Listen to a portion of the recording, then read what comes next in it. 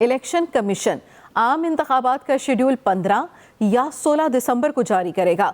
जराये के मुताबिक शेड्यूल जारी होने के बाद किसी किस्म की सियासी और इंतजामी रुकावट बर्दाश्त नहीं की जाएगी। शेड्यूल अजरा के बाद निगरान हुकूमतें इलेक्शन ड्यूटी के सिवा कोई काम अंजाम नहीं दे सकेंगी।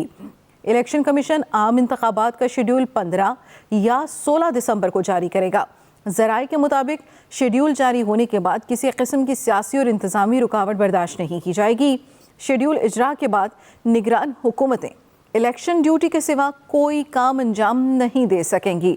शेड्यूल जारी होने के बाद किसी किस्म की सियासी और इंतजामी रुकावट बर्दाश्त नहीं की जाएगी। शेड्यूल इजरा के बाद निगरान हुकूमतें इलेक्शन ड्यूटी के सिवा कोई काम अंजाम नहीं दे सकेंगी। इस्लामाबाद हाई कोर्ट में लतीफ़ खोसा और बुशरा बीबी की ऑडियो लीक केस की समाअत।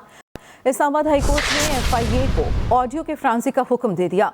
अदालत ने कहा तहकीकात की जाए कि सबसे पहले ऑडियो कहां से जारी हुई। दरख्वास्त की कॉपी DGISI को भी भेजने का हुक्म। DGISI रिपोर्ट दें कि ऑडियो किसने रिलीज की। अदालत ने FIA और PTA को नोटिस जारी कर दिए और जवाब तलब कर लिया। अदालत ने दरख्वास्त पर आयद एतराज़ात भी ख़त्म कर दिए। समाअत 11 दिसंबर तक मुलतवी कर दी गई। इस्लामाबाद हाई कोर्ट में लतीफ़ खोसा और बुशरा बीबी की ऑडियो लीक केस की समाअत। इस्लामाबाद हाई कोर्ट ने FIA को ऑडियो के फॉरेंसिक का हुक्म दे दिया। अदालत ने कहा तहकीकात की जाए कि सबसे पहले ऑडियो कहां से जारी हुई। इसी बारे में मज़ीद तफसील जाने के अपने नुमाइंदे फ़याज़ महमूद से। फ़याज़, क्या तफसीलात हैं?